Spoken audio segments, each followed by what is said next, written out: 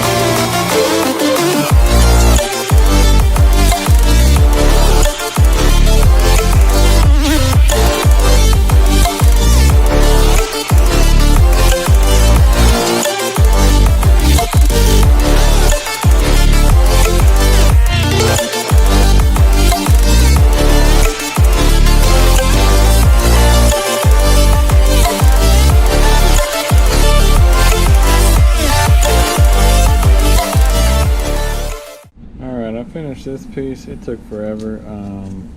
It's really hard to go around this part here.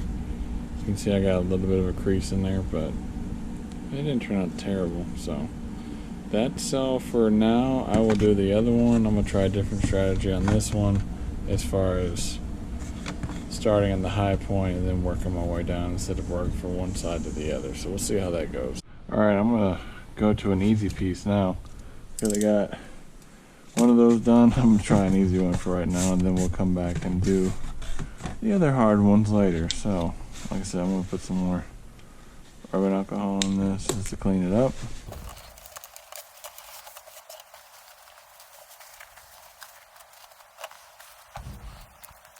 We are going to lay this out.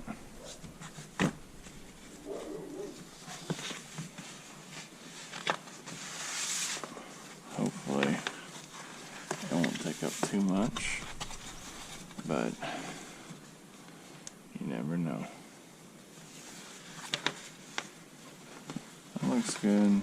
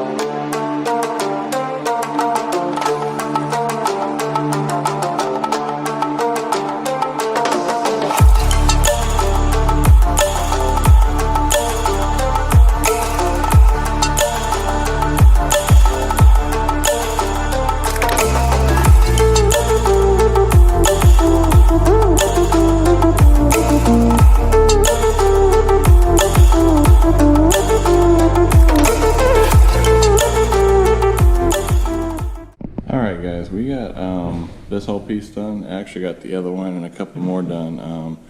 Found a better way to do this is you make a seam gap along the body line. You can use it in two pieces. So then I've got this one done as well. It turned out pretty well. So if you do that, then it makes your life a whole lot easier. So what I'm going to do now is I'm just going to do this piece. I'll kind of show you how I've done the rest of these. So we'll just probably do this in 3 pieces, 2 sides and then a centerpiece. But yeah, let's see how this works.